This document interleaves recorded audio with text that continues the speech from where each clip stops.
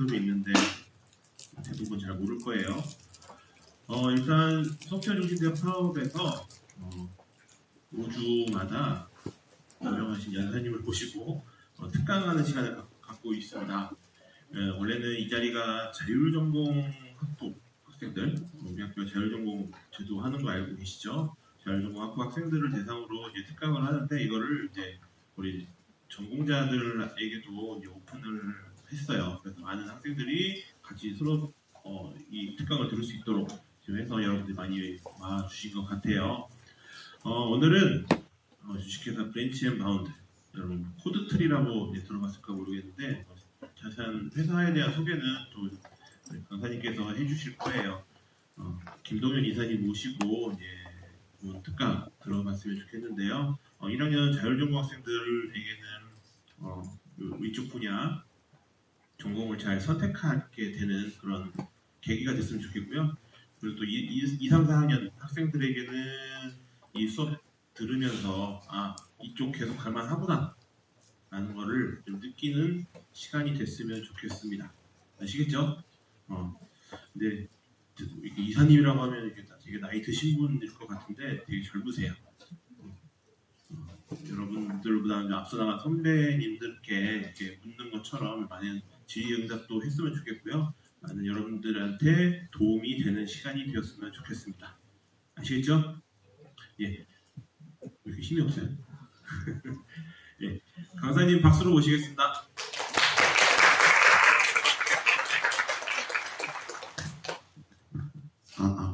안녕하세요 여러분. 네, 반갑습니다. 저는 브랜치앤바운드에서 오늘 특강을 위해서 온 김동현이라고 합니다. 반갑습니다. 네, 먼저 여기 아는 얼굴들도 조금 있는데 어떻게 아냐라고 하면 이제 작년에 제가 이제 코딩 테스트를 이제 전공자들은 준비를 해야 되니까 그 관련해서 교육을 좀 길게 한 반년 정도 같이 했던 얼굴들이 보여요. 그리고 대부분 분들이 이제 모르는 얼굴들인데 사실 이제 저희 브랜치앤바운드라는 회사는 코드트리라는 서비스를 운영을 하면서 자료구조, 알고리즘 그리고 자료구조 알고리즘을 활용을 해서 이제 여러분들은 보통 코딩 테스트라고 많이 알 텐데 문제 해결을 하는 그런 테스트를 준비하는 플랫폼을 운영을 하는 회사이고요. 근데 저희는 이제 그런 자료구조나 알고리즘을 학습하는 것보다 문제 해결 능력을 향상하는 거에 집중을 한다라고 많이 말을 해요. 그리고 그게 요즘에 AI 시대가 되면서 어떻게 좀 더 중요해졌는지 같은 얘기들을 오늘 하려고 합니다. 그래서 이제 제목은 AI 에이전트를 활용한 업무 자동화이고 부제로는 이제 클로드 코드 특강이라고 되어 있는데 이걸 보고 몇몇 분들은 약간 AI 도구를 어떻게 다루는지 특강을 해주는 건가? 라고 생각을 하셨을 분들도 있을 것 같아요. 근데 그런 내용은 아니고요.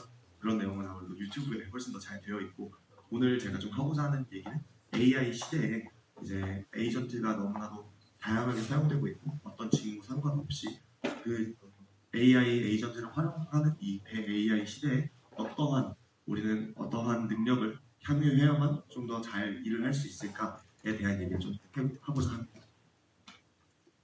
먼저 강사 소개를 드릴게요.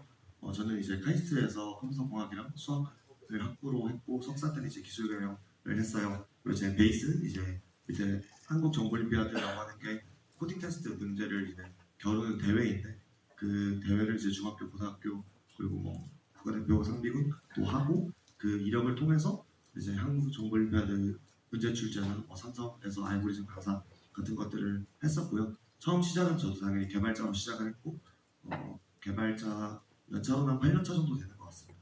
지금은 이제 개발을 하고 있기보다는 프로젝트 매니징이나 아니면 좀 더 영업 쪽 일들을 하고 있는데 그럼에도 불구하고 이제 개발을 놓지는 않고 있어요. 근데 그 개발을 할 때 과연 요즘 개발자들이 개발을 자기 손으로 할까? 라고 물어본다면 99.9% AI를 활용을 해서 합니다. 그럼 AI가 어차피 개발 다 하는데 우리가 개발 공부해야 되나? 무조건적으로 해야 되고요.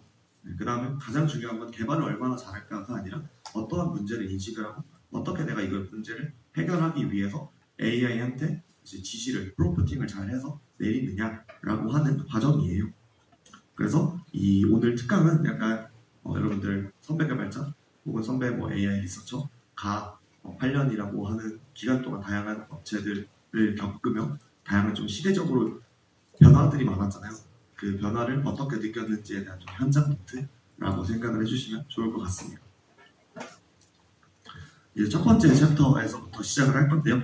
부제가 이제 AI 시대 왜 문제 해결이 전부일까? 라고 적어놨어요. 이거는 이제 그 좀 더 풀어서 얘기를 하면은 AI가 바꾼 일의 미래 1인 팀과 바이브 코딩의 도래라고 적었는데요. 조금 더 여러분들이 알기 편하게 그 설명을 해보면 혼자서 모든 걸 할 수 있는 시대가 왔다라고 표현을 할 수 있을 것 같아요. 그래서 어떻게 혼자서 모든 걸 할 수 있는 시대가 온 건지를 좀 과거 얘기를 잠깐 해보면서 얘기를 해볼게요. 한 5년 전만 하더라도 저희는 팀이 아니라 혼자서는 서비스를 만들 수 없던 시절이에요. 예를 들면 웹 서비스를 하나 만든다라고 예시를 들어보면 필요한 게 백엔드, 프론트엔드, 데브옵스, 마케터, 영어 이런 최소 5명의 팀이 전문성을 가지고 필요를 했었어요. 물론 여러분들 풀스택 개발자 있으면 데브옵스까지 다 할 수 있는 거 아니야?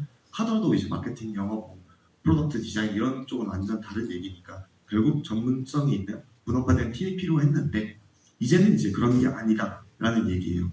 그래서 당장 5년 전까지는 뭔가 내가 아이디어가 있고 이 아이디어로 서비스를 하면은 사람들이 겪고 있는 문제들을 해결을 하면서 내가 수익을 창출할 수 있을 것 같아. 아니면 세상을 좀 더 이렇게 변화하게 할 수 있을 것 같아. 했지만 공동 창업자를 이제 구하지 못해서 창업을 못하는 일들이 매우 비일비재했었습니다. 하지만 이제 이 패러다임이 바뀌고 있는 거죠. 한 2016년에 이제 알파고가 패러다임을 먼저 한번 바꿨는데 사실 알파고 때 여러분들 너무 학생이었기도 하고 알파고가 뜬 다음에 AI가 사실 지금 시대처럼 생활 전반적으로 침투하지는 않았었어요. 근데 이제 이 알파고가 어떤 식으로 패러다임을 바꿨냐? 이제 단순한 계산이 아니라 약간 직관적 판단에 가까운 수를 뒀다라고 전문가들이 많이 회고를 하는데 그걸 통해서 AI가 인간을 넘어설 수 있겠다라는 인식이 생긴 거고 그러면서 이제 전 세계적으로 똑똑하다라고 하는 사람들이 다양하게 이 AI라고 하는 학문에 들어오면서 의료 진단, 질병 예측 이런 실제 문제 해결을 위한 것들에 AI가 전반적으로 침투가 되면서 AI 기술력이 정말 하늘로 치솟았죠. 그러다 보니까 이 22년도 말 이제 대한민국에서는 좀 빨리 접한 사람도 23년 초 그리고 좀 늦게 접한 사람들은 24년 이런 식으로 접하게 됐는데 이 챗GPT가 등장을 해버리죠. 그래서 이 챗GPT는 알파고랑은 또 달라요. 알파고가 이제 뭔가 연구실 안에 있었던 AI다라고 한다면 이제 이 챗GPT는 우리들의 컴퓨터, 우리들의 모바일에 이제 침투를 해가지고 저희가 뭔가 의사결정을 해야 될 때, 조언을 구할 때, 아니면 어떤 문제가 생겼을 때 이제 챗GPT라고 하는 AI를 통해서 많이들 학습을 하게 되는 시대로 변하게 된 거죠. 그래서 이 챗GPT 없이 일을 하면 약간 성의가 없어 보인다라고 하는 말이 생길 정도로 AI가 너무나도 우리에게 침투가 되었습니다. 그리고 그 결과 이제 혼자서도 모든 걸 할 수 있는 시대가 도래하게 되었어요. 이제 챗GPT, 코파일럿, 노코드 툴이라고 부르는 것들이 있는데 이런 것들을 통해서 한 명이 프론트엔드, 백엔드, 디자인, 마케팅 모든 것들을 할 수가 있어진 거예요.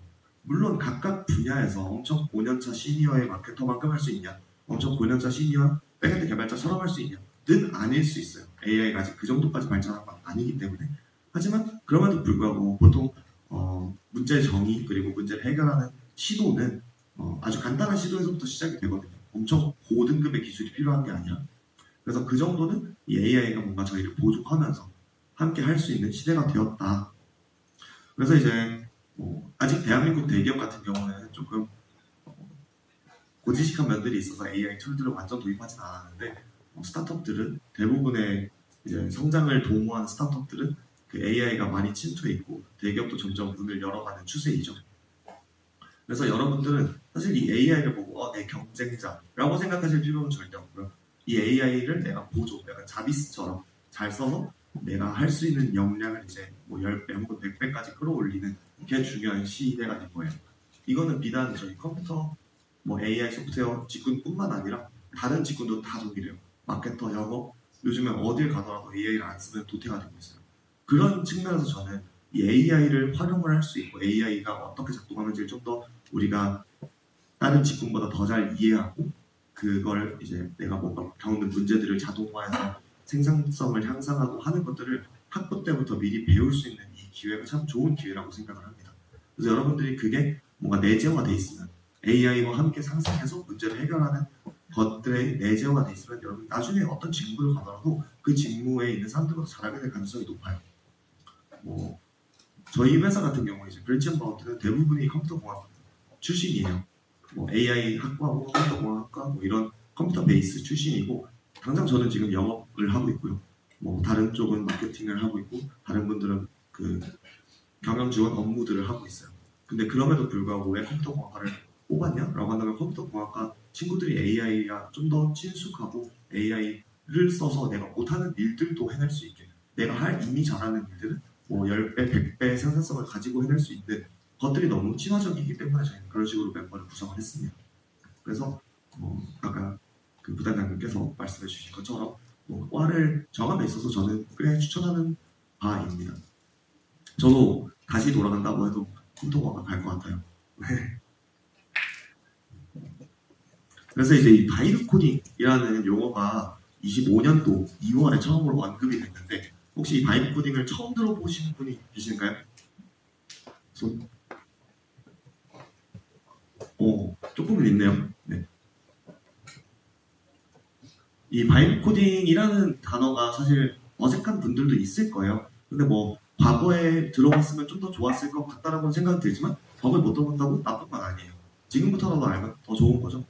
그래서 이제 저 안드레 카파시티라고 하는 이 테슬라 AI 리더였던 사람이 그리고 오픈AI의 공동 창립자인 사람이 처음으로 이제 언급을 했던 건데 어떤 느낌이냐면 바이브 너의 바이브대로 말을 해 그러면 이건 AI가 코딩을 해줄 거야 라는 뜻에서 나온 바이브 코딩이에요. 그래서 저희 두 번째 적혀 있는 것처럼 개발자가 직접 코드를 작성하지 않고 자연어 우리는 이제 한국말이겠죠. 뭐 외국 사람들은 뭐 미국 영어 뭐 다른 뭐 일본어 이런 것들이 될 텐데 이런 자연어로 대화를 하면서 실제로 일은 AI가 하는 거예요. 다만 우리가 지시를 하고 어떤 게 문제인지를 AI한테 말하고 마지막에 완성된 걸 우리가 검토하고 컨펌하는 과정이 들어가는 거죠. 그래서 툴들이 이제 매우 많은데요. 뭐 키로, 커서, 윈드서프, 래플릿, 볼트, 로버블, V0 뭐 이런 식으로 엄청나게 많아요. 그럼 어떤 툴이 가장 좋냐는 사실상 뭐 사람들마다 취향이 다르고 당장 3개월 뒤에 더 좋은 툴이 나오거나 아니면 다른 툴이 업데이트되면서 바뀔 수가 있어요. 그래서 툴에 연연하는 것보다는 이런 그 바이브 코딩 툴, 에이전트 AI 툴이 어떤 식으로 작동을 하고 내가 이 툴들을 잘 쓰려면 어떤 생각을 가지고 있어야 하는지가 중요해요. 그래서 이 바이브 코딩을 이제 이미지로 표현을 한 건데요. 옛날에는 이제 하식스, 뭐 레드불을 계속 마시면서 다크서클이 여기까지 짙어져서 뭐 옆에 만약 흡연자라면 이제 꽁초들이 잔뜩 있고 이렇게 코딩하는 모습이 과거의 개발자의 모습이었다면 요즘의 개발자의 모습은 약간 음악도 듣고 커피도 이렇게 편하게 마시고 다리 꼬고 물론 다리는 안 꼬아요. 네, 이런 식으로 이제 AI와 함께 코딩하는 모습이 약간 바이브 코딩이라는 거죠. 그래서 AI한테 지금 우리 서비스는 어떤 문제가 있는데 이 문제를 나는 어떤 방식으로 해결하고 싶어 라고 이제 지시를 내려요. 그러면서 이 지시를 내리는 과정에서 AI랑 같이 뭔가 브레인스토밍을 할 수도 있겠죠. 브레인스토밍을 하는 것도 물론 좋은 방법이고 하여튼 그런 식으로 돼서 결국 코딩을 하고 혹은 뭔가 실제로 수정을 하거나 뭔가 편집을 하는 건 AI가 하는 거예요. 이렇게 되면은 사실상 우리가 타이핑을 아무리 빨리 해봐야 뭐 1000타 정도, 1000타 안 나오겠죠. 뭐 700타 정도 나올 거예요. 저도 이제 현역 때는 700타 나왔는데 근데 이제 얘는 사실상 뭐 타수를 비교할 수가 없죠. 생산성이 엄청나게 높잖아요. 그래서 우리가 생각한 것들을 충분히 지시만 잘하면은 AI 모델들이 요즘 워낙 좋으니까 그 지시를 이해를 하고 우리가 만들고자 했던 걸 훨씬 더 빠른 시간 안에 만들어줄 수 있기 때문에 여러분들의 생산성을 대폭 늘려줄 수 있는 것이다 라고 생각을 해주시면 좋을 것 같습니다. 그래서 이게 이제 예시인데요. 30분 정도 사용을 해서 저는 이제 출장이나 이런 것들 할 때 SRT를 많이 타는데 SRT가 워낙 매진이 많이 되어 있다 보니까 물론 이런 거 상업적으로 사용하시면 안 돼요, 여러분들. 그 개인용으로만 그냥 그 취소표를 구하는 서비스를 이제 만들었어요.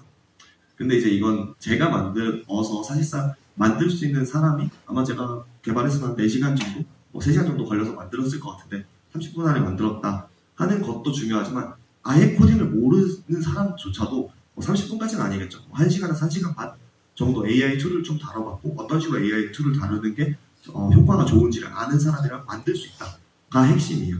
그래서 내가 원래는 할 수 없던 일들조차도 하게끔 만들어주는 거고, 내가 원래 할 수 있었던 일은 시간을 정말 대폭 단축시켜준다라고 하는 장점들이 있다는 거죠. 그래서 이런 코딩 에이전트 회사들, 아까 말씀드렸던 뭐 히로를 만드는 회사, 뭐 볼트를 만드는 회사, 로바블을 만드는 회사, 다양한 회사들이 있는데, 이제 연매출을 확인을 해보면은 그 1밀리언에서 100밀리언까지 가는데 엄청나게 빠른 시간 안에 도달을 합니다. 그래서 저 커서라는 애가 사실상 바이브 코딩 툴의 1세대였는데, 커서가 나왔을 때 저 성장률이 그냥 전 세계 모든 회사 성장률 중에 전례 없는 역사를 썼다라고 하고, 여기 표현 나와 있지는 않은데, 저기 나와 있는데, 오른쪽 표에 이제 로버블이 그 역사를 한 번 더 단축시킨 건데, 이게 이제 보여주는 바가 뭐냐, 세상 모든 사람들이 에이전틱 AI를 사용을 하고 있다.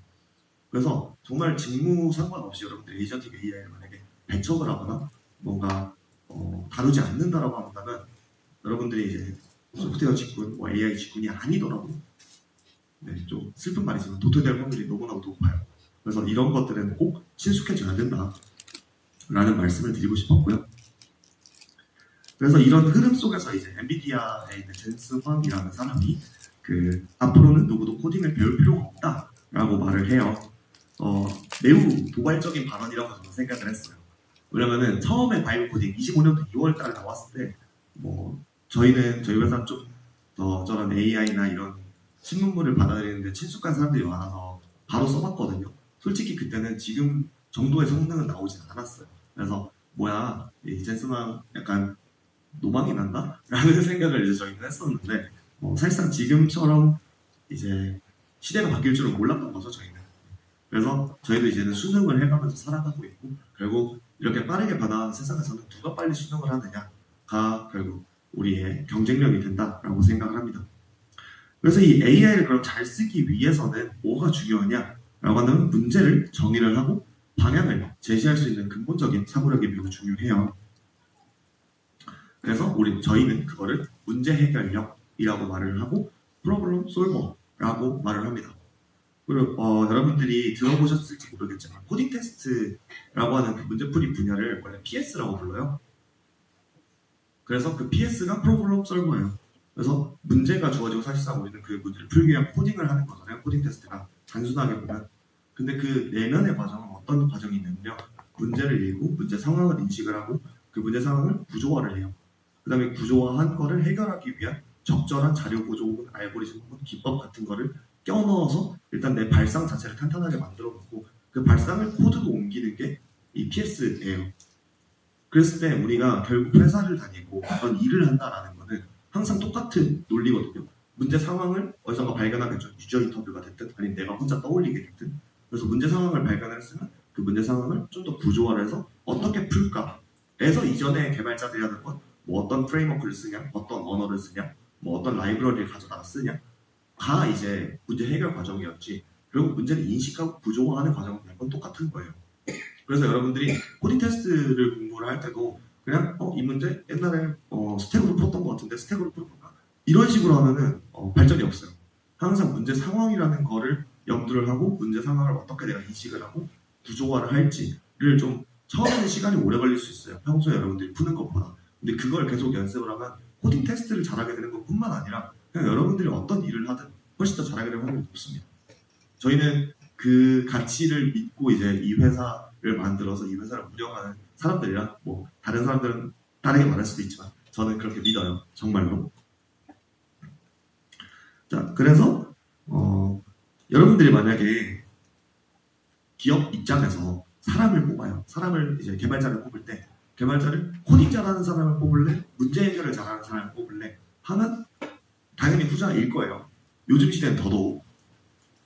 그렇기 때문에 이제 문제를 해결할 줄 아는 사람, AI가 아무리 발전을 해도 문제의 중심을 잡고 이 중심을 해결하기 위해서 어떠한 방법들, 이게 정말 최선인가? 다른 사이드 이펙트는 없나? 이런 것들을 고민할 줄 아는 사람이 결국 중요한 거예요. 그리고 이 고민은 AI가 하기는 어려워요. 결국 여러분들이 해야 되고 여러분들이 결정을 내려야 되는 거라서 AI는 보조도구로서 사용을 하는 거입니다. 그래서 이렇게 만약에 어떤 문제 해결력이 뛰어난 사람이 있다면 그 사람이 마케팅을 잘 모르고 뭐 리서칭을 잘 모르고 AI 모델 개발을 잘 모를지언정 그 부분에서는 AI의 도움을 받는 거예요. 아니 강사님 아까 마케팅에 M자도 모르는데 어떻게 AI한테 마케팅을 시켜요? 그런 부분조차도 브레인스토밍을 같이 하는 거예요. 그래서 저 같은 경우에는 저는 이제 마케팅을 모르지만 만약에 회사에서 우리가 어떤 블로그 마케팅을 하고 싶은데 너가 좀 해봐라 라고 한다면 일단 벤치마킹 할 수 있는 사이트 혹은 블로그들부터 찾을 거예요. 그래서 그 트래픽들을 다 어떻게든 크롤링을 하든 얻을 수 있는 자료를 얻어서 이제 AI한테 넣고 자 이렇게 트래픽이 1순위, 2순위, 3순위가 나왔고 그럼 이 블로그들의 특징을 너가 한번 분석을 해봐. 그 다음에 그 보고서를 나한테 보여줘. 해서 그 보고서를 보고 내가 또 이 보고서를 보아하니 어떤 지표들이 중요하고 어떻게 구성하는 것들이 좀 키포인트인 것 같네를 생각을 한 다음에 그러면은 이 키포인트들을 지키면서 너가 그 블로그 글을 한번 작성을 해볼래? 하는 식으로 이제 AI랑 티키타카를 하는 거죠. 이렇게 하면 사실상 말씀드린 것처럼 10년차, 20년차의 시니어 마케터처럼은 못할지언정 최소 5년차 마케터 정도는 할 수 있을 거라고 저는 생각을 해요.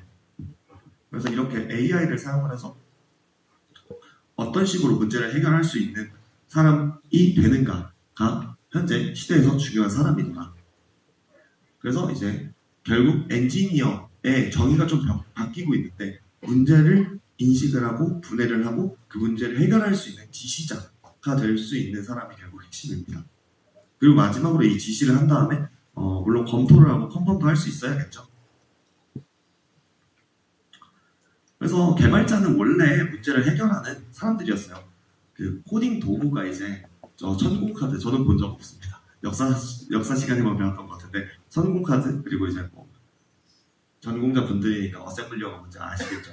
어셈블리어로 코딩을 하다가 이제 고수준 언어 자바스크립트, C++ 이런 언어들로 하다가 이제 시대가 바뀐 거죠. 자연어로 코딩하는 시대. 그래서 이런 식으로 문제를 해결하는 사람들이었는데 다루는 언어가 뭐였는지만 다르지 그럼 우리는 원하는 도구를 사용해서 문제를 해결하는 거는 똑같더라. 시대가 변했음에도 불구하고. 그래서 이제 이 사람이 엄청 유명한 사람인데 그 TDD라고 하는 테스트 드리븐 디자인이라고 하는 개발 방법론을 만든 사람이에요. 켄트백이라고 하는. 그래서 자기가 52년 동안 프로그래밍을 했는데 지금이 제일 재밌다. 왜? 지금은 내가 뭘 만들려고 하면은 그냥 토큰 비용만 좀 주면은 내가 10일 걸릴 거 하루 만에 만들고 10시간 걸릴 거 30분 만에 만들고 하니까 너무나도 다양한 실험들을 내가 해볼 수 있더라. 그래서 지금만큼 재밌는 시대가 없다 라고 말을 한다고 하는데 전 좀 변태적이라고 생각을 합니다.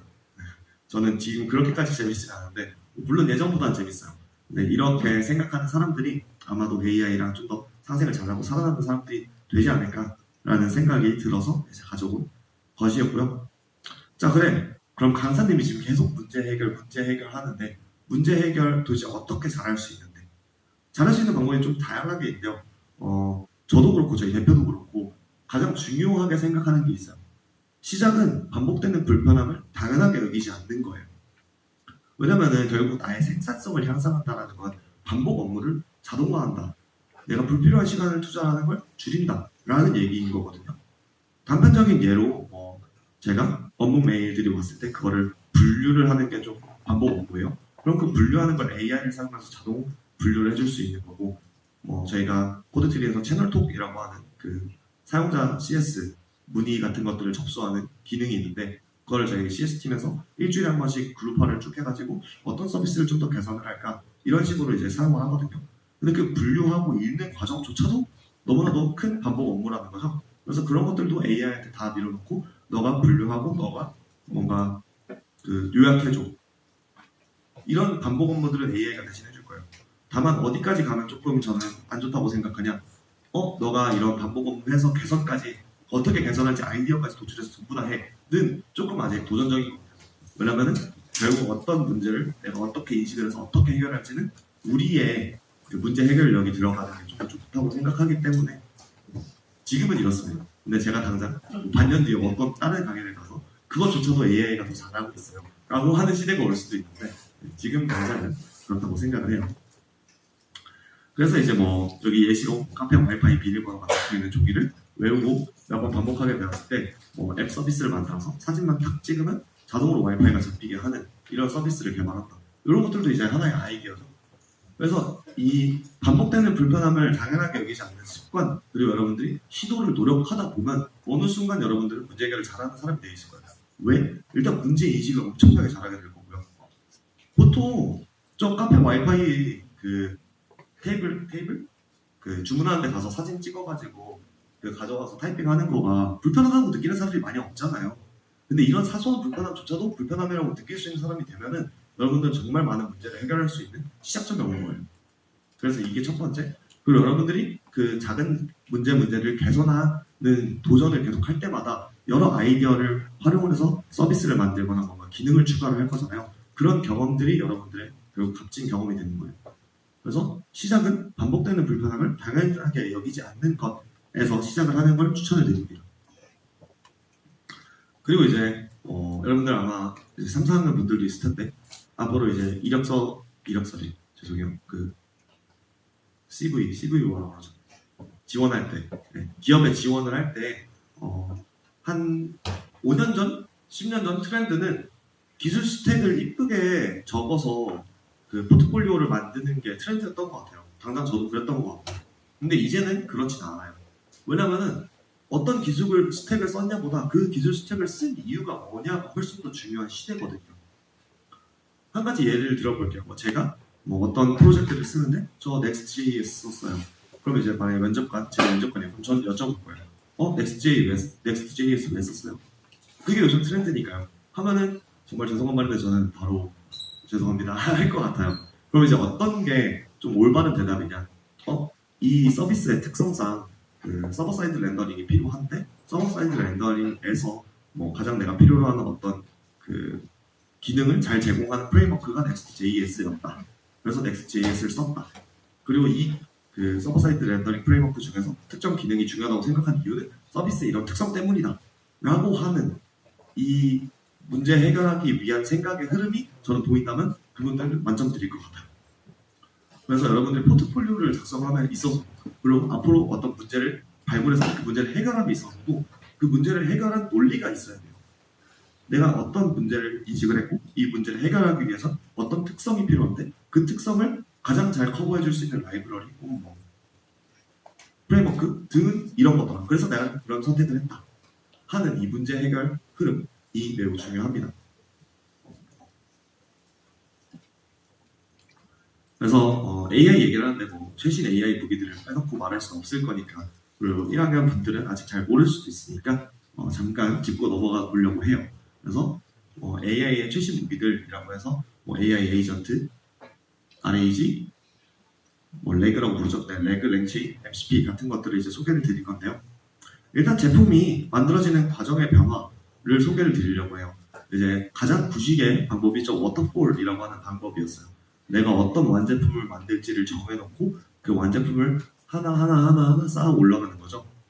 사실상 완성도가 가장 높게 나올 가능성은 높아요. 근데 뭐가 문제냐? 제품을 만들어진 때까지 과정이 너무나 길어요.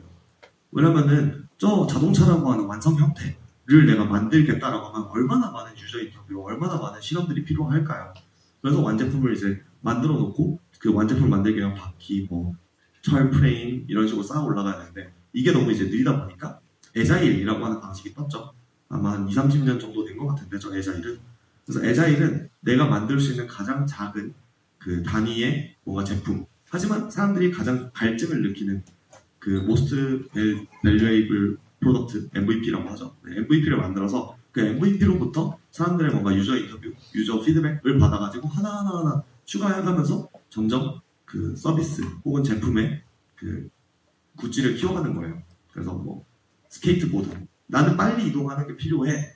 그럼 빨리 이동하기 위해서 바퀴를 사용을 하면 빨리 이동할 수 있을 것 같아. 해서 나온 게 이제 스케이트보드. 근데 스케이트보드가 뭔가 두 발로만 지지를 하니까 불안정한 것 같아. 하다 보니까 킥보드. 근데 이게 매번 내가 땅을 구르니까 이게 너무 힘들어. 해서 이제 체인으로 좀 더 편하게 동력을 만들기 위한 자전거가 나오고 그럼 내가 동력을 내가 지불을 해야 될까? 기름이나 이런 걸로 안 될까? 오토바이. 이게 사고가 나면 사람이 너무 크게 다치더라. 해서 자동차. 이런 식으로 이제 올라가는 과정이죠.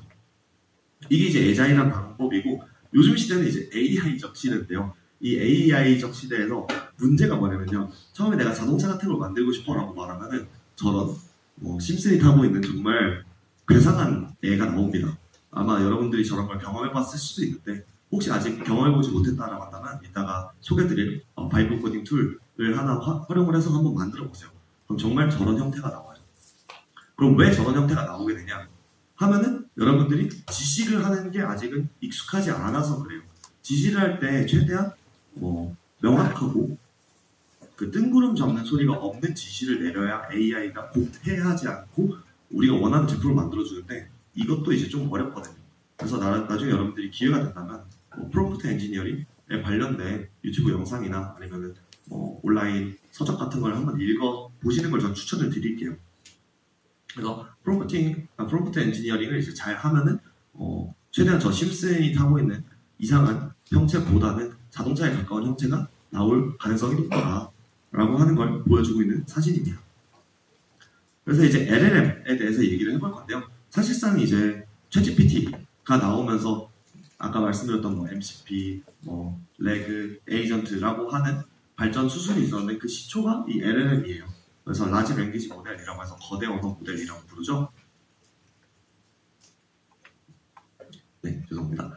그래서 이 LLM의 특징은 처음엔 텍스트로만 시작을 했어요. 그래서 텍스트로 뭔가 질문을 했을 때 혹은 뭔가 질문, 문의, 브레인스토밍 다양한 것들을 했을 때 그 대답을 텍스트로 주는 형태였다면 이게 좀 더 발전하면서 이미지를 결과값으로 주고 비디오를 결과값으로 주고 하는 형태로 이제 발전을 했습니다. 그 발전하는 과정에서 다양한 문제들이 있었는데 그런 문제들은 컨텍스트 윈도우, 널리지 컷오프, 할루시네이션이라고 하는 다양한 문제들이 있었는데 그것들은 이미 다 해결됐어요. 그래서 이미 다 해결된 형태를 여러분들은 지금 접하고 있는 거고 이 LLM이라고 하는 친구가 AI 에이전트가 되는데요. 이 AI 에이전트는 LLM과 차이점이 뭐냐면 LLM은 텍스트 혹은 이미지 혹은 비디오 같은 뭔가 답을 줄 뿐 수행을 실제로 하진 않아요. 수행이라 하면 뭐냐? 제가 챗GPT한테 나 이번 주 토요일 날 남자친구랑 데이트를 해야 되는데 맛집 검색하고 예약까지 해줘. 하면 맛집 검색을 해주는데 예약을 해주진 않아요. 그런 식으로 뭔가 나를 실제로 도와주는 보조 수행은 아직 LLM이 못하고 있었는데 그 보조 수행까지도 있어야 더 편할 것 같더라 하다 보니까 다양한 것들이 생기면서 이 완성형인 AI 에이전트라는 게 나와요. 그래서 이 AI 에이전트는 그 LLM에서 한 단계 진화를 해서 나와 같이 뭔가 사고를 해주면서 내가 필요한 것들을 수행까지 해주는 애예요. 그리고 바이브 코딩이라고 하는 건 이 AI 에이전트 중에서 좀 더 코딩을 대신 수행해주는 거에 특화된 애들인 거겠죠.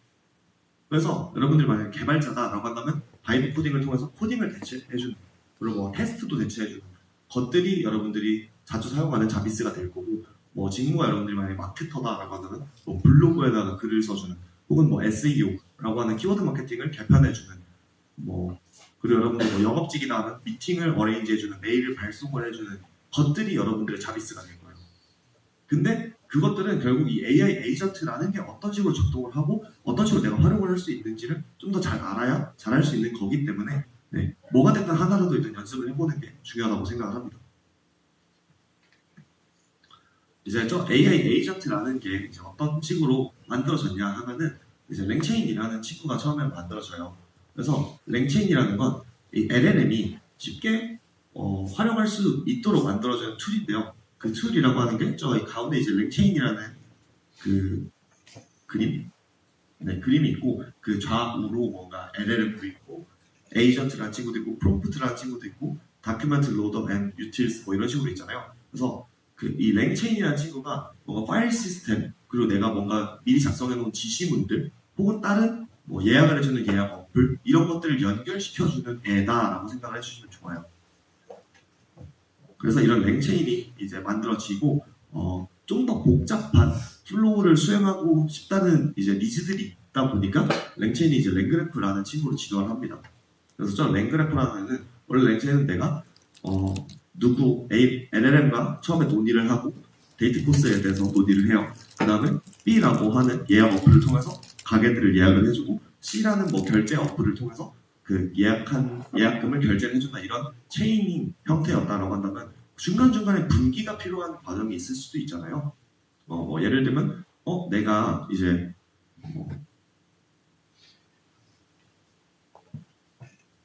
분기를 좀 다른 예시로 해볼게요. 내가 이제 브레인스토밍을 할 거야. 근데 브레인스토밍을 하는 과정에서 B라고 하는 챗GPT에다가는 브레인스토밍을 같이 하는 과정을 거치고 C라고 하는 뭐 클루드를 예시로 들어볼게요. 클루드에다가는 검증하는 역할. 내가 지금 그 챗GPT랑 함께 그 브레인스토밍하는 걸 검증하는 역할을 하고 싶다. 라고 하면 이제 분기가 되어 있는 걸 검증하는 뭐 사이클이 만들어지고 이렇게 복잡하게 흘러가야 돼요. 그래서 그런 과정들을 이제 랭그래프라는 걸 통해서 할 수 있게 됐고, 그래서 이제 AI 에이전트가 한층 더 똑똑해진 형태입니다. 그리고 이제 MCP라고 하는 친구인데요. MCP에 대해서 이제 오해하는 분들이 많은데, MCP는 툴 자체를 얘기하는 게 아니라 이제 모델 컨텍스트 프로토콜이라고 해서 툴 연동 방식의 표준을 제공을 한 거예요. 근데 보통 여러분들이 이제 MCP라고 하는 거나 이런 AI 관련된 영상들을 많이 봐셨을 때는 저 그림으로 있는 슬랙, 뭐 지메일, 구글 캘린더 같은 것들을 이제 MCP다라고 이해를 하신 분들이 있을 수도 있는데, 그건 사실 옳은 표현은 아닙니다. 쟤네들은 이제 MCP로 연결된 툴들이고, MCP는 저 툴들을 에이전트나 LLM에 좀 더 쉽게 연결하기 위한 표준 연결 방식이에요. 그래서 이 표준 연결 방식이 만들어지면서 다양한 LLM들이 다양한 툴들을 쉽게 붙일 수가 있어진 거예요. 그래서 그 쉽게 붙이는 과정에서 랭그래프가 포함이 되는 거고, 그 중간중간 과정에서 다양한 LLM들이 섞이면서 우리가 현재 맛보고 있는 그 에이전트가 만들어지는 겁니다. 그리고 이제 이 레그라고 하는 건데, 레그는 이제 한글로는 검색 증강 생성이라고 했던 걸로 기억을 하고요. 네. 영어로 이제 Retrieval Augment Generation이라고 불러요. 그래서 뭐냐? 일단 검색을 해서 검색한 결과들을 내가 지시문에다가 추가해서 지시를 하겠다라는 얘기예요. 왜 필요하느냐? LLM은 예를 들면 저희 회사 내부 문서 같은 것들을 볼 수가 없어요. 저희 회사에서 어떤 의사결정을 했는지 같은 것들이 사실 AI에게 지시를 할 때 같이 첨부가 되면 훨씬 더 잘 작동할 거잖아요. 이제 프롬프팅이 잘 되는 거니까. 그런 걸 위해서 뭔가 외부 문서나 최신 문서들을 리트리벌 먼저 검색하게 하고, 그 검색에서 나온 것들을 내가 지시문에다가 함께 압축을 해가지고 넣게 되면은 훨씬 더 똑똑한 결과물이 나오게 된다라는 거죠. 그래서 이런 다양한 그 RAG, MCP, 랭그래프, 랭체인 이라는 것들이 이제 만들어지면서 에이전트가 지금의 상황까지 발전을 했다라고 생각을 해주시면 좋을 것 같습니다. 그래서 바이브 코딩으로 이제 서비스를 만든다는 건 어떤 얘기냐라고 이제 한번 살펴볼 건데요. 먼저 이제 소개드릴 가장 좀 좋은 툴이 하나 있어요. 안티그래피티라고 하는 툴이에요. 이제 구글에서 만든 에이전트 툴인데, 이 안티그래피티를 왜 추천을 했냐? 무료입니다. 상당한 부분이. 일단 클로드 코드를 여러분들에게 사용하는 걸 결론적으로 추천하고 싶지만, 클로드 코드는 무료 플랜이 없어요. 가장 싼 플랜도 $20, 월에 한 3, 4만원 정도 하기 때문에 일단은 안티그래피티로 여러분들이 에이전트를 얼마나 잘 좀 다룰 수 있는지에 대한 거를 실험을 해보고 좀 연습을 해보는 걸 좀 추천을 드려요. 아무래도 돈이 드니까요. 다른 걸로 하기에는. 그래서 바이브 코딩의 핵심은 이제 결국 도구가 아니고 문제 정의이다 라는 얘기를 하고 있는 거고요. 문제를 그럼 내가 잘 정의하기 위해서는 뭐가 필요하냐라고 하면은 문제를 잘 세분화해야 돼요. 그래서 보통 서비스를 만들 때 저희는 PRD라는 걸 많이 만들어요. 그래서 Product Requirement Document라고 해서 제품 요구 문서거든요. 그래서 내가 무엇을 만들 거고, 누가 사용을 하고, 어떤 문제를 해결하고, 핵심적인 기능은 뭐냐, 이런 것들을 상세하게 적어놓는 것들을 이제 PRD라고 부르는데요. AI한테 뭔가 지시를 내릴 때도 이런 모든 컨텍스트를 함께 줘야 AI가 모호하게 이해하지 않고 명확하게 이해해서 코딩을 한다던가 작업을 해요. 그래서 프롬프트를 여러분들이 아마 보통 AI한테 명령을 내릴 때 여러분들 얼마나 잘 사용하고 있는지 몰라서 제가 잘 모르지만 길게 적어도 한 10줄 이 정도 될 것 같아요. 실제로 저희 회사에 그 프롬프트 엔지니어링을 공부하기 전에 사용했던 분들도 다들 10줄 이내로 썼는데, 저는 요즘에 AI한테 지시할 때는 한 100줄 가까이 되는 글을 적어서 지시를 내립니다. 그래야 AI가 잘 알아듣고 뭔가 제가 나중에 테스트를 하면서 이 부분은 내가 말했던 거랑 다른데 하면서 다시 뜯어고치는 이런 과정들이 적어져요. 그래서 이 기획서를 잘 쓰는 게 결국에는 능력이다 라는 말씀을 드리고 싶었고, 이 프로젝트 룰셋이라고 하는 게 있어요. 그래서 마크다운 파일들로 보통은 이 AI를 다루다 보면 여러분들이 마크다운 파일들을 많이 쓰게 되는데, 네, 이 마크다운 파일로 프로젝트 룰셋이라 해서 이 프로젝트에 대한 개요, 그리고 이 프로젝트가 필요한 그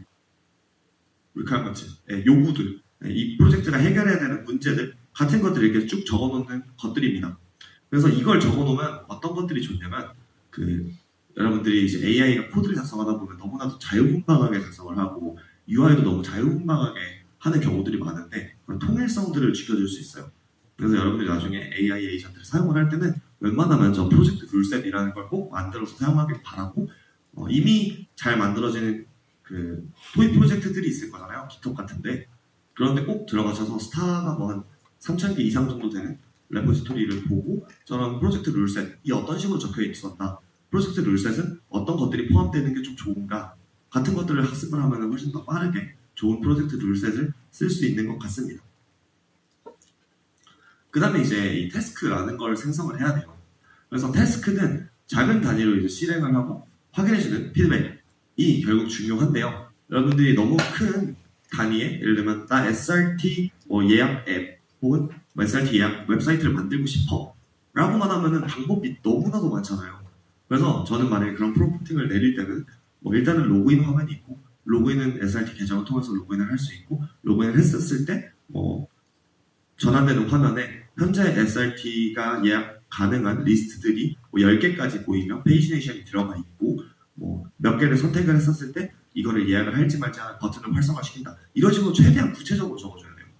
이걸 구체적으로 적지 않으면 AI가 혼자 이게 좋겠지 저게 좋겠지 하면서 판단을 해서 여러분들이 상상했던 결과물과는 전혀 다른 결과물이 나와버립니다. 그리고 이미 전혀 다른 결과물이 만들어졌는데 그거를 여러분들이 생각하는 결과물로 끌고 오려면은 다양하게 이제 수정하는 작업이 필요하잖아요.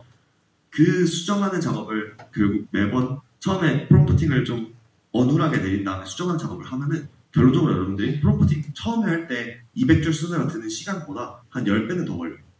그래서 처음에 여러분들이 프롬프팅을 이렇게까지 자세하게 써야 되나? 싶을 정도로 써야 결국 여러분들 전체 시간이 줄어든다. 그리고 그걸 연습하다 보면 그 긴 프롬프팅을 쓰는데 드는 시간이나 여러분들 노력도 점점 줄어들어요. 그래서 그렇게 사용하시는 걸 추천을 드리고 나중에 이제 다양한 것들을 더 들려드릴 텐데 저는 원샷 프롬프팅이라고 하거든요. 그런 것들을 원샷 프롬프팅을 정말 다양한 AI 회사에서 지향합니다. 그래서 가이드라인 같은 것들을 많이 적어놓는데 대표적인 예시로 이제 엔트로피 클로드를 만든 곳에서도 원샷 프롬프팅을 최대한 권장을 한다 이런 얘기들이 있어요. 그래서 그런 것들을 꼭 지켜주시면 좋을 것 같다. 그래서 이제 결과물이 나오게 되죠. 여러분들이 원샷 프롬프팅을 해서 태스크들이 나오면 태스크들을 이제 AI가 수행을 하고 결과물이 나오면 결과물을 꼭 검증하는 것들도 여러분들의 역할이에요. 왜냐하면 AI는 사실상 여러분들이 지시만 진짜 100% 명확하게 내렸다, 1000줄 정도 내렸다 하면은 제가 생각하기에는 95% 이상 확률로 오류는 없어요. 근데 보통 저희가 내리는 프롬프팅이 빈약하다 보니까 오류들이 나오거든요. 그래서 그런 것들은 꼭 우리가 검증하는 과정이 필요하고 이 검증 과정도 AI한테 맡기는 사람들이 있는데 저는 그렇게 좋다고 생각하지는 않아요. 네. 자, 조금 더 가장 최신 트렌드에 가까운 얘기이고요. 이제 26년도의 트렌드는 에이전틱 AI예요. 그래서 에이전틱 AI라는 것을 여러분들이 유튜브나 이런 데서도 많이 봤을 거라고 생각을 하는데 이 AI 에이전트가 어떤 식으로 작동을 하는지에 대해서 좀 더 한번 얘기를 해보도록 하겠습니다. 현업에서는 이제 결국 토큰이라고 하는 저 돈을 넣으면은 인풋만 잘 넣으면 완벽한 아웃풋을 뽑아내는 이 에이전트 AI를 어떻게 활용을 해야 될까에 대한 고민을 정말 많이 해요. 그래서 가장 자연스러운 답은 이제 빠른 속도로 끊임없이 알아서 돌아가게 만들 수 없을까? 아까 제가 말씀드렸던 테스트를 우리가 해야 된다. 그리고 생각하는 과정 자체는 우리가 해야 된다. 라고 말씀드렸는데 그것조차도 이제 자동화를 하고 싶은 게 사람들의 욕심인 거잖아요. 그래서 제가 이 장표에는 실진 않았지만 하네스라고 불러요. 여러분들이 나중에 추가적으로 검색을 해보시면 좋을 것 같아요. 그래서 하네스라는 걸 구축을 하는 게 지금 26년도에 가장 큰 트렌드인데 아직까지 성공한 사례를 많이 보지는 못했어요. 그래서 그런 부분들에서도 여러분들이 한번 고민을 해보면 꽤 좋을 것 같더라. 네. 사람이 이제 매번 확인하지 않고 LLM이 의사결정 그리고 검토까지 다 하는 이 과정을 어떻게든 구축하려고 정말 다양한 회사들이 노력을 하고 있습니다. 그래서 이제 확인을 해보면 이거를 그 오케스트레이터라고 불러요. 그래서 여기 왼쪽에 있는 그림이 여러분들 좀 화질이 그렇게 썩 좋지 않아서 안 보일 수도 있는데, 이제 저 오케스트레이터 에이전트라고 하는, 앞으로 살짝 나갈게요. 이 오케스트레이터 에이전트라고 하는 친구가 결국엔 여러 에이전트들을 불러요. 그래서 여기 보시면 익스플로러 에이전트, 코더 에이전트, 터미널 시스템, 오케스트레이터 허브 이런 식으로 각각들이 그 하나의 에이전트, 서브 에이전트라고 생각하시면 되고요. 저 서브 에이전트들은 뭐냐? 그 각각 도메인 전문가들을 뭔가 형상화해서 만들어 놓은 거예요. 좀 더 간편한 예시를 한번 들어보면, 제가 오토 트레이딩, 퀀트 트레이딩을 하는 시스템을 만들 거예요. 근데 퀀트를 하는 회사에는 모델 리서처도 있을 거고, 모델을 검증하는 애들도 있을 거고, 그 모델대로 거래를 하는 서비스를 만드는 애들도 있을 거고, 이 서비스를 검증하는 애들도 있을 거고, 이렇게 다양한 직무와 직군들이 있을 거잖아요. 그 직무 하나를 다 서브 에이전트화 시켜놓고 그 서브 에이전트들을 묶어서 하나의 에이전트로 만들어 놓는 거예요. 이런 것들을 이제 오케스트레이터라고 부르고, 그런 묶는 과정에서 저는 엠파렌이라고 하는 툴을 많이 쓰거나 오픈코드라고 하는 것들을 쓰는 게 요즘의 트렌드입니다. 근데 이 부분까지 여러분들이 한 방에 도달을 해라 라는 거는 당연히 단계가 있으니까 추천드리고 싶진 않지만, 결국 여러분들이 봐야 하는 최정상점은 무엇인가를 한번 설명드리고 싶어서 가져온 거다라고 좀 봐주시면 좋을 것 같아요. 네, 그래서 이제 에이전트를 여러 개 동시에 돌리는 시대이다. 리서치용, 코딩용, 테스트용 에이전트를 동시에 운영을 한다. 그래서 결국 병목은 모델의 능력이 아니라 마크다운 그 프롬프팅의 품질이에요. 그래서 지시사항이 부실하면 부실할수록 에이전트가 헤매고, 정확하면 정확할수록 알아서 해결을 합니다. 그래서 아니 아까 강사님 리서치나 뭔가 테스트나 결정을 내리는 데는 사람이 개입을 해야 된다면서요. 에이전트한테 시키면 안 된다면서요. 일단 저는 그렇게 생각을 하고요. 그래서 제가 저희 회사에서 구축한 하네스 같은 경우는 그 리서치나 테스트용 에이전트는 얘가 풀 자동으로 도는 건 아니에요. 항상 사람한테 휴먼 인터럽트를 받게끔 만들어놔서 조금이라도 애매한 부분이 있으면 중간에 멈춰서 저한테 애매한 부분에 대해서 질문을 하거나 확인을 받게끔 만들어놨어요. 이렇게 휴먼 인터럽트만 조금 들어가더라도 사실 이게 에이전트가 정말 산으로 가는 일이 없거든요. 그래서 그런 식으로 만들어놓고, 사실 코딩용 에이전트는 풀 자동화를 돌려놨습니다. 저 같은 경우 이미 매우 잘한다고 저는 생각이 들어서. 그래서 이런 그 것들을 결국 여러분들이 뭐가 좀 더 좋은 것 같다, 뭐가 좀 더 안 좋은 것 같다를 알려면 결국 여러분들이 해보는 수밖에 없어요. 그리고 해보기에 가장 좋은 환경이 제가 봤을 때는 컴퓨터공학과, AI 학과 관련 학과들이라고 생각을 해요. 그렇기 때문에 여러분들이 학교를 다니면서 물론 과제를 이런 걸로 해서 내면은 조금 안 좋지만 그래도 도움을 좀 받아보면서 항상 컨펌은 여러분들이 하면서 이런 에이전트들을 좀 돌려보는 연습을 하면 좋을 것 같습니다. 그래서 가장 추천하는 바는 토익 프로젝트들 여러분들 할 거잖아요. 포트폴리오 만들어야 되니까 해커톤도 나갈 거고, 그래서 해커톤을 최대한 많이 나가보면서 이런 토익 프로젝트들을 한번 만들어 보세요. 이런 에이전트를 활용을 하면서. 그러다 보면 여러분들이 뭔가 느끼는 바가 생길 건데, 그 느끼는 바들이 쌓여가면 결국 그게 여러분들의 실력이 되는 거예요. 그리고 그 실력을 아마도 회사들은 알아봐 줄 거고, 그렇게 되면 여러분들이 이제 취업을 하는데도 훨씬 더 편해지고 이러기 때문에 여러분들 일상생활에 최대한 이 에이전트를 많이 녹여서 사용을 하는 걸 추천을 드립니다. 그래서 이 마크다운이라고 하는 결국 프롬프팅을 내리는 게 참 중요한데, 이 마크다운은 이제 어떻게 좀 잘 쓰면 좋겠냐라는 얘기를 하기 위해서 마크다운이 이제 곧 새로운 코드다라는 얘기를 가져왔습니다. 그래서 직접 코딩하는 비중이 바이브 코딩 처음 나왔을 때 25년도 2월쯤에는 바이브 코딩 저도 거의 안 썼어요. 직접 코딩을 그래도 90% 이상 했거든요. 근데 지금은 아까도 말씀드렸듯이 제가 회사에서 구축한 하네스는 코딩이 완전 풀 자동화로 나요. 그래서 저 코딩 정말 한 글자도 안 적어요. 항상 저는 마크다운만 작성을 합니다. 지시문만 작성을 하고, 지시문으로 이제 지시가 도는 과정에서 휴먼 인터럽트 오면은 그 빈약한, 제가 처음에 프롬프트를 완벽하게 못 썼으니까 애매한 부분을 저한테 물어볼 거잖아요. 그 애매한 부분을 채워가면서 완전 탄탄한 지시가 만들어지는 거고 그 완전 탄탄한 지시를 통해서 코딩 에이전트가 풀 자동화로 돌고 마지막에 테스트를 하는 과정 이런 식으로 이제 돌고요. 그럼 이제 그 중간중간 과정에서 휴먼 인터럽트가 왔을 때 설명을 하는 것들이나 처음에 지시를 하는 건 다 마크다운으로 사용을 합니다. 그리고 이런 것들 이제 프롬프트 엔지니어링이라고 원래 처음에 말했는데 요즘에는 이게 또 얘기가 계속 변하잖아요. 좀 시대가 너무 빠르다 보니까 요즘에는 컨텍스트 엔지니어링이라고 불러요. 예전에는 어떤 게 좋은 프롬프트냐, 프롬프트 엔지니어링은 어떻게 해야 되냐 였는데 이제는 어떤 다이나믹한 시스템을 만드는 게 더 좋은 더 좋은 시스템이냐라는 얘기로 바뀌어요. 이게 무슨 소리인지 지금은 조금 긴가민가 하실 텐데요. 결국에 에이전트가 실패를 한다는 건 이제 컨텍스트가 실패했다는 얘기예요. 무슨 말이냐? 모델은 이미 너무나도 똑똑해요. 모델은 이미 너무나도 똑똑하기 때문에 뭔가 모델이 작성해낸 코드의 결과물이 실패를 했다라는 건 내가 지시를 잘못 넣었다라는 얘기입니다. 그럼 지시를 잘못 넣는 것들은 어떤 예시들이 있느냐? 일단 컨텍스트가 길어지는 것들도 안 좋은 예시예요. 그래서 필요한 정보를 필요한 시점에 제공을 해야 되거든요. 그럼 그 방법이 무엇이냐라고 하면은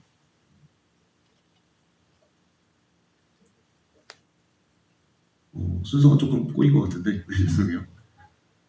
네, 그 컨텍스트 엔지니어링을 잘 하기 위해서는 이제 프로젝트 기억 파일이라는 걸 만들어 놓는 게 꼭 좋아요. 그래서 에이전트가 매번 처음부터 풀리 코드를 파악하지 않게끔 만드는 거예요.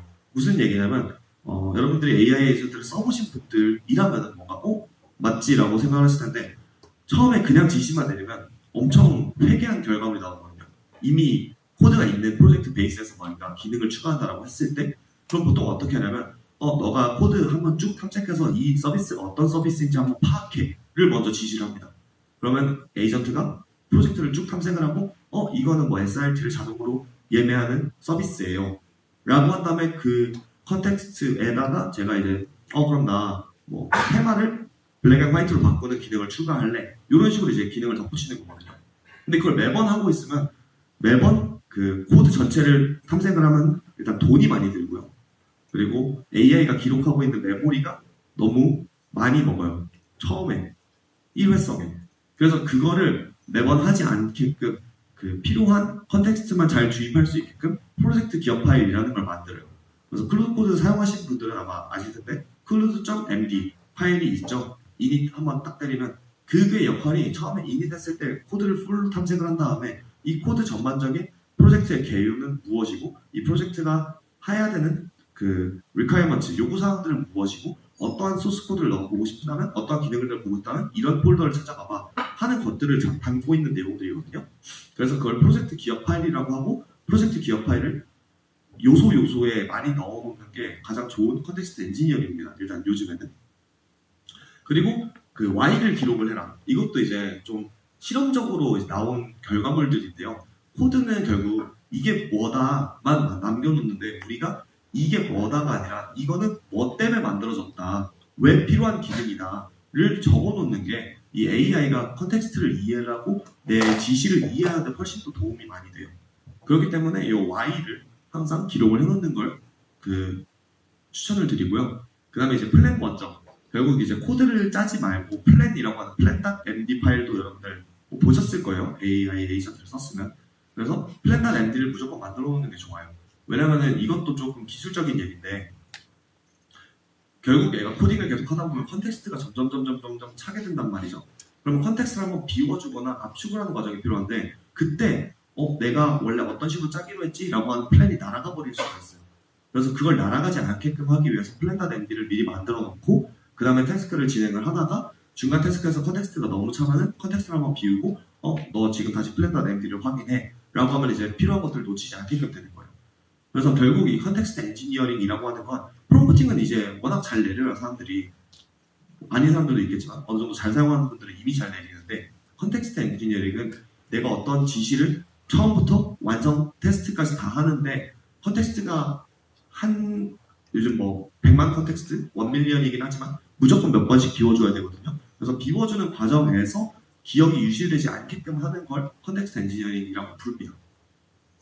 그래서 이거는 진짜로 클루드를 쓰든 뭐 코덱스를 쓰든 키로를 쓰든 어떤 에이전트를 쓰든 동일하게 작동을 해요. 그래서 여러분들이 그럼 이제 나중에 결국 어떤 툴을 사용하는지는 별로 안 중요하다고 제가 말씀을 드렸지만 그럼에도 불구하고 이제 툴을 처음에 선택을 할 텐데 자동으로 좀 컨텍스트를 관리를 하는 것과 수동으로 컨텍스트를 관리를 하는 차이로 제가 구분을 해서 가져왔어요. 그래서 안티그래피티나 키로 같은 애들은 그 자동으로 컨텍스트를 관리를 해요. 그리고 수동 컨텍스트 관리가 이제 클로드 코드랑 코덱스인데요. 그러면 제가 이제 좀 추천하는 바는 수동 컨텍스트 설계하는 쪽으로 여러분들이 점점 더 나아가야 돼요. 왜냐면은 자유도가 높다라는 거는 그만큼 내가 잘 사용했을 때 고점이 높다라는 얘기거든요.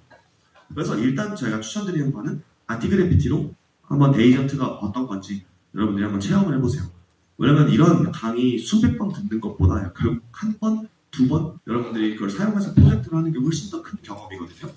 근데 안티그래피티는 이제 돈이 안 드니까 이걸로 일단 자동으로 컨텍스트 관리를 한번 해보고 자동 컨텍스트 관리가 어떤 식으로 작동을 하는지 얘 컨텍스트가 찾다 보면 어떤 식으로 멍청해지는지 한번 경험을 해보시고 그 다음에 여러분들이 AI 에이전트도 좀 익숙해졌고 프롬프팅 엔지니어링, 뭐 컨텍스트 엔지니어링이 어떤 건지 대충 감이 오겠다라는 생각이 들 때 이제 저 자유도가 높은 클로드 코드나 코덱스로 넘어가서 여러분들이 스스로 컨텍스트를 한번 관리를 해보는 거예요.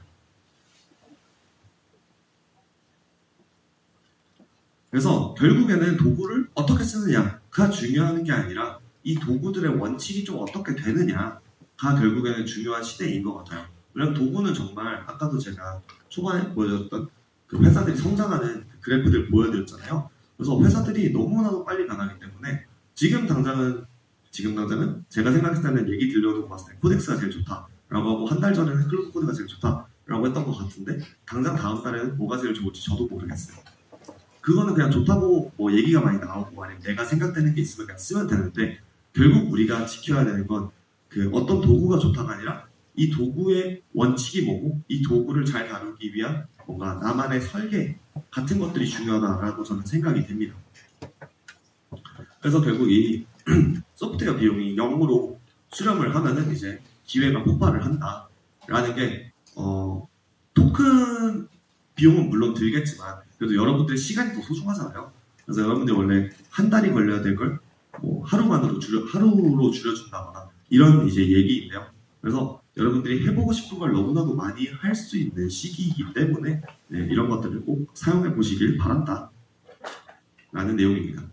그리고 이제 마지막으로 이제 클로드 코드를 좀 예시로 들어보면서 마무리를 하려고 하는데요. 이제 이 클로드 코드에 대한 철학을 말씀을 드리려고 해요. 이 클로드 코드라고 하는 친구는 어떤 식으로 표현하는 게 좋을지를 잘 생각을 못해서 저도 좀 고민을 많이 했는데 터미널에 사는 이제 에이전트라고 저는 좀 불러요. 그래서 여러분들 이제 전공자들이니까 아무래도 터미널은 좀 익숙해져야 될 필요는 있다고 생각은 해요. 그래서 그 클로드 코드 CLI를 사용을 하면은 그 터미널 안에서 이제 클로드 코드라고 하는 에이전트가 이제 상주하게 되는데요. 이렇게 클로드라고 툭 치면은 클로드 코드가 켜지게 되죠. 그래서 여기서 여러분들이 평소에 쓰던 LLM과 대화하듯이 쓰면 되는데 얘는 이제 LLM이 아니라 에이전트이기 때문에 뭐까지 해준다? 뭐 코딩에 대한 수정, 뭐 아니면 다른 MCP 툴들과 연동을 해서 뭐 슬랙에 있는 정보들을 가져와서 읽고 이해를 한다던가 아니면 구글 캘린더를 접속을 해서 다른 사람과 미팅을 잡아준다거나 이런 것들을 이제 다양하게 잘 해줍니다.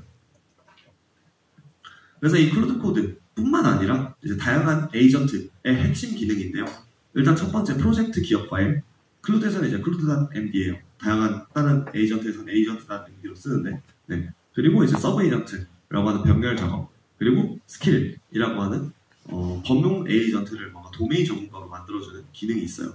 그래서 이렇게 세 개가 제가 봤을 때는 요즘 에이전트의 좀 핵심들인 것 같습니다.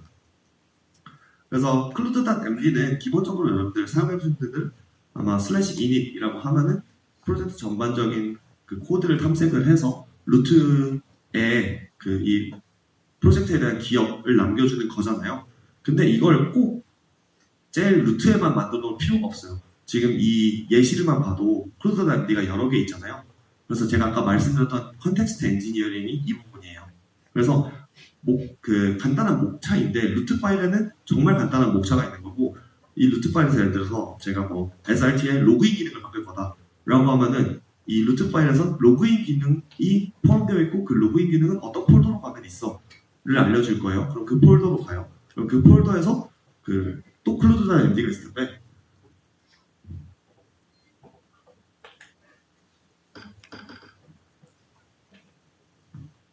네, 죄송합니다. 제가 시간을 너무 많이 썼네요. 네. 그래서 이런 식으로 이제 MD 파일을 좀 많이 작성을 해놓는 게 여러분들 컨텍스트 엔지니어링에 좋다라는 얘기이고요. 그래서 이제 클로드 코드의 좀 권장상 원샷 프로포팅에 대해서 이제 얘기하는 내용인데 결국 클로드 코드 내부에 결국 지시를 할 때 우리가 쓴 지시문은 조금밖에 없겠지만 그 앞뒤로 다양한 컨텍스트가 붙어서 클로드 코드가 최대한 좋은 결과물을 만들기 위해 저런 원샷 프로포팅을 만들어서 넣어준다라는 내용이에요. 그래서 네. 그리고 이 컨텍스트 엔지니어링이 잘 돼야 이 토큰이라고 하는 클로드 코드 에이전트의 메모리가 덜 사용되면서 여러분들이 똑같은 작업을 할 수 있다라는 말씀을 드리는 내용이고요.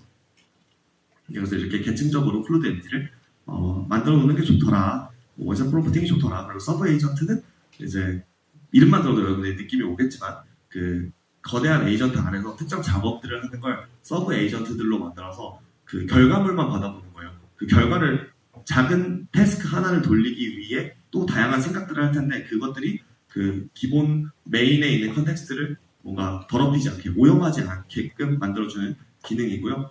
이제 스킬을 조금 설명을 드리면 스킬은 보통 클로드 코드라고 하면은 범용 에이전트잖아요. 범용 에이전트라는 거는 여러분들이 어떤 직무에 있는지 모르는 상태로 클로드 엔트로픽에서 클로드를 최대한 잘 사용할 수 있게끔 만들어 놓은 거예요. 그래서 이런 것들 여러분들이 튜닝을 해줘야 돼요. 튜닝을 할 수 있는 가장 좋은 방법이 스킬들을 만들어서 넣는 겁니다. 그래서 이제 뭐 PPT를 저는 자주 만들다 보니까 PPT를 생성하기 위한 스킬들을 만들어 놓고 저는 이제 미팅을 많이 나가는데 저 플로드라고 하는 녹음해주는 뭔가 기기가 있어요. 그래서 그 플로드에 있는 녹음 파일들을 자동으로 연동을 해서 요약을 해가지고 슬랙에다가 미팅 노트를 만들어주는 이런 스킬들. 그래서 저는 제가 하는 반복 작업들을 줄이기 위해서 다양한 스킬들을 만들어 놔요. 그러면은 이 에이전트는 사실상 거의 죄가 되는 거예요. 왜냐면 내가 했던 일들을 얘가 스킬로서 해주는 거니까. 그래서 이런 여러분들이 가지고 있는 전문성을 이런 스킬들로 만들어서 여러분들의 에이전트에다 넣어놓으면은 이 클로드 혹은 코덱스라고 하는 범용적인 에이전트가 정말 여러분들을 위한 자비스로 변하게 되는 겁니다. 그래서 컨텍스트 엔지니어링도 매우 중요하지만 이 스킬이라고 하는 거에 대해서는 꼭 유튜브 영상이라던가 다양한 TEDx 발표들이 있거든요. 그런 것들 읽어보시는 걸 추천을 드리겠습니다. 그래서 저는 이제 메일링도 많이 하다 보니까 이런 Gmail CLI를 사용을 하는 스킬도 만들어 놓는다 같은 것들. 네. 그래서 결국은 나만의 반복 업무를 하는 것들을 이제 모듈화해서 스킬로 만들어 놓고 컨텍스트 엔지니어링을 하면서 여러분들한테 최적화된 자비스를 만드는 것들이 이제 AI 에이전트를 잘 쓰는 방법이고 그 과정을 계속 반복하다 보면 여러분들은 문제 인식도 잘하게 될 거고 문제 해결도 잘하는 사람이 되어 있을 거다가 결국에는 오늘의 얘기의 핵심이었어요. 그래서 이런 다양한 툴들을 여러분들이 이제 스킬들을 만들다 보면은 나중에 좀 더 큰 뭔가 작업들을 할 때 이미 만들어 놓은 것들을 잘 붙여가지고 훨씬 더 잘 만들 수 있다라고 하는 거를 좀 설명을 드리고 싶었는데 죄송합니다. 제가 시간을 좀 보면서 했었어야 되는데 그래서 결국에는 여러분들이 좀 여러분들의 문제를 일단 오늘 혹은 내일 바로 안티그래피티를 안 써보신 분들이라면 안티그래피티를 다운받아서 한번 꼭 써보는 거. 이미 클로드 코드를 쓰시는 분들이었다면 내가 프로포팅을 잘하고 있는지 컨텍스트 엔지니어링을 잘했는지 스킬 같은 거는 잘 만들어서 넣었는지 한번 검토해보는 걸 좀 추천을 드리는 것 같아요. 네, 좀 긴 너무나도 속사포 같은 얘기였는데 다들 잘 들어주셔서 감사하고요. 감사합니다.